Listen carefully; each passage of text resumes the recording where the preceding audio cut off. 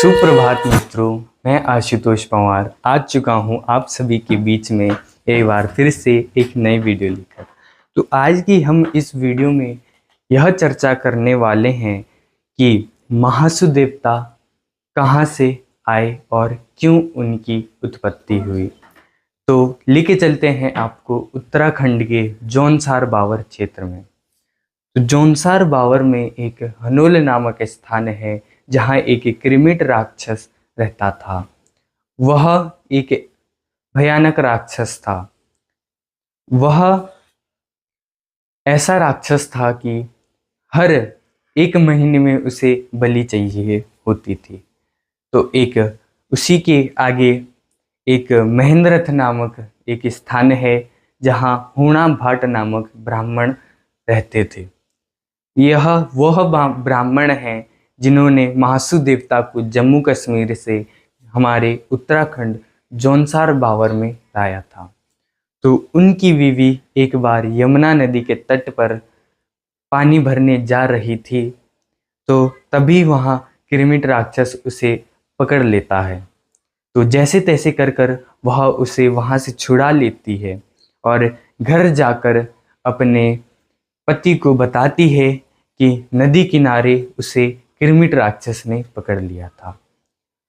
हूणा भाट ब्राह्मण के 12 पुत्र थे और 12 में से 7 बच्चे बचे थे और 5 लोगों की बलि दे दी गई थी। तो वह एक स्थान पर गए। वहाँ एक बुजुर्ग व्यक्ति रहते थे। एक ऐसा परिवार रहता था जिन्हें वरदान था कि वह जम्मू कश्मीर से महासु देवता को हमारे जौनसार बावर में ला सकते हैं। तो जब वो हम वहाँ गए तो वहाँ एक बूढ़ा व्यक्ति था और उससे हूणा भाट ब्राह्मण ने कहा कि हे महाराज, हे ब्राह्मण, आप मुझे महासु देवता को लाने का विधि बताएं, मार्ग बताएं। तो उस बूढ़े व्यक्ति ने उस हूणा भाट ब्राह्मण से कहा कि हे हूणा भाट, तुम्हारे दृढ़ संकल्प और तुम्हारी श्रद्धा को देखकर मैं तुम्हें वह रास्ता जरूर बताऊंगा। तो कई दिन बीत गए। हूणा भाट तब जाकर जम्मू कश्मीर पहुंचे। जम्मू कश्मीर में कल्की नामक एक नदी के किनारे के तट में 4 भाई महासु देवता अपनी माता देवलाड़ी के साथ नाग रूप में रहते थे और अपने 4 वीर कैलू, कपला, कल्की और शीलकुडिया के साथ नाग रूप में रहते थे। तो उन्होंने सच्चे दिल से श्री महासु देवता का आवाहन किया। तो उनमें से बड़े भाई श्री बासिक महासु देवता ने उन्हें दर्शन दिए। तभी हूणा भाट ने अपनी सारी आपबीती बताई कि कैसे एक कृमिट राक्षस का कहर पूरे जौनसार बावर में फैला है। तो महासु देवता कोई एक देवता का नाम नहीं है। महासु देवता 4 भाइयों का एक समूह है। तो श्री बासिक महासु देवता ने कहा कि हम तुम्हारे यहाँ, तुम अपने गांव जाओ और वहाँ 7 दिवसीय यज्ञ की तैयारी करो। तो जैसे ही हूणा भाट ने अपनी आंखें बंद करी और खोली तो वह अपने गांव में था। 6 दिवसीय यज्ञ होने पर 7वें दिवस के अंतिम दिवस यज्ञ होने से पहले अगले दिन हूणा भाट रात को अपने खेत में गए और वहाँ हल जोतने लगे। हल जोतते जोतते सर्वप्रथम बड़े भाई बासिक महासु देवता उत्पत्ति हुई और हल के आगे का छोर उनके आंख में लग गया। और जब दूसरी जगह से वह हल लगाने लगे तो श्री बोठा महासु महाराज के पैर में लग गई। तीसरी बार धीरे धीरे लेके गए तो पवासिक महासु देवता के कान में हल लग गया।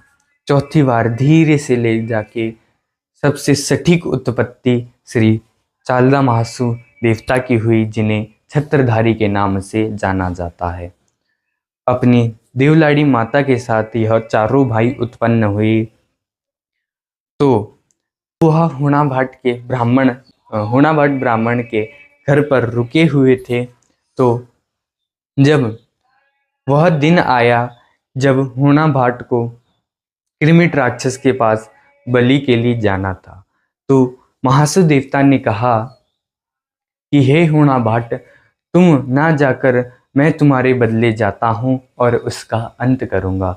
तो श्री चालदा महासु देवता और किरमिट राक्षस के बीच 14 दिन तक घमासान युद्ध हुआ और आखिरकार चालदा महासु देवता ने बासिक किरमिट राक्षस का अंत किया।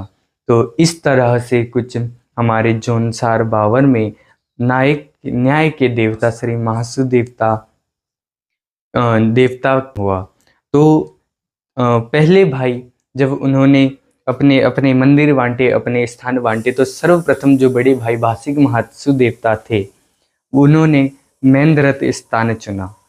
दूसरे भाई मोटा महासु देवता, क्योंकि वो चल नहीं सकते थे, वह लंगड़े थे, जिन्हें बूटिया भी कहा जाता है, वह हनोल नामक एक स्थान पर विराजमान थे। पवासिक महासु देवता जो कि बमसू में विराजमान है। तो अब जब तीनों भाइयों को जब अपना अपना स्थान मिल गया, अपना अपना मंदिर मिल गया, तब अंत में बचे श्री चालदा महासु देवता के लिए कुछ स्थान नहीं बचा। तो बासिक जो चालदा महासु देवता हैं वह हमेशा प्रवास पर रहते हैं, हर 12 वर्ष में वह प्रवास पर निकलते हैं। तो ऐसे कुछ यह कहानी थी, ऐसा कुछ यह इतिहास था। ऐसे न्याय के देवता माने जाते हैं जोनसार बावर में श्री महासु देवता। तो आज की वीडियो में इतना ही, मिलता हूँ आपको अगली वीडियो में।